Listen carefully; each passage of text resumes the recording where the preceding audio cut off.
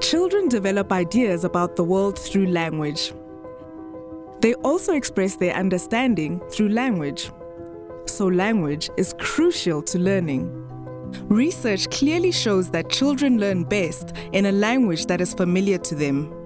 It therefore follows that children learn better in their home language. The average South African classroom is, however, multilingual. Home languages are generally used from grades R to 3. After this, there's often a sudden switch to English. However, the majority of learners do not have the English proficiency needed to learn in this language. Most of the learners, they are from indigenous language backgrounds. And then when they come to grade 4, all the subjects are being done with English, and that transition to grade 4, when they now must be doing everything in English, that's when we experience some problems. You will find that they skip vowels, or else some of them, they skip consonants. So that's when now we need to help them. The language used for instruction can be a big barrier to inclusivity, affecting learners' progression throughout their basic education. This especially applies to children from disadvantaged backgrounds. Language supportive learning is a way of addressing this problem. This requires an understanding of how to use scaffolding strategies to support learning through breaking up learning into manageable chunks. This approach requires an understanding of what learners can do and what they may have difficulties with. Scaffolding strategies involve an understanding of learners and their current learning needs, and these strategies support meaning and understanding in achievement and meeting learning outcomes. Scaffolding strategies support all learners in different ways. An example of a scaffolding strategy may be for a teacher to use the home or familiar language to explain a concept, or to encourage a learner to respond in their familiar language. So I apply multilingualism in my class. Normally what we do is that we write a sentence in English and then we follow with their own native languages.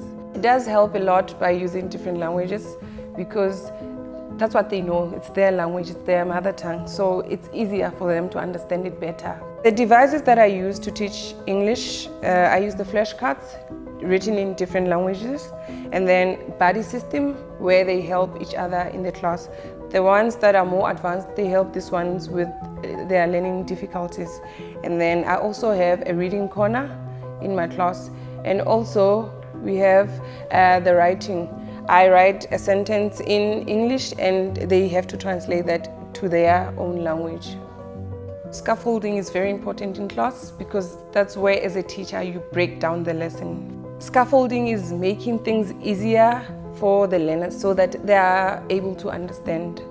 Not that you are changing the questions are there, but you are just accommodating everyone. Even those who have difficulties will be able to answer. Language supportive learning uses a familiar language to access the curriculum.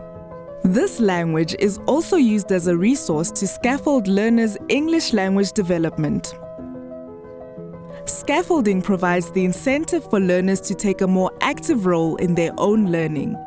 With the teacher's support, they can take up the challenge of moving beyond their current skill and knowledge levels. Research suggests multilingual children are more creative, better problem solvers, and critical thinkers. Using learners' languages in the classroom enhances their self-esteem. Language is also a carrier of culture and identity. Today, decolonization is a priority. Including languages and knowledge from Africa will empower both teachers and learners. Language can be an important inclusive tool. As teachers, we need to recognize that the more languages we speak, the richer we are.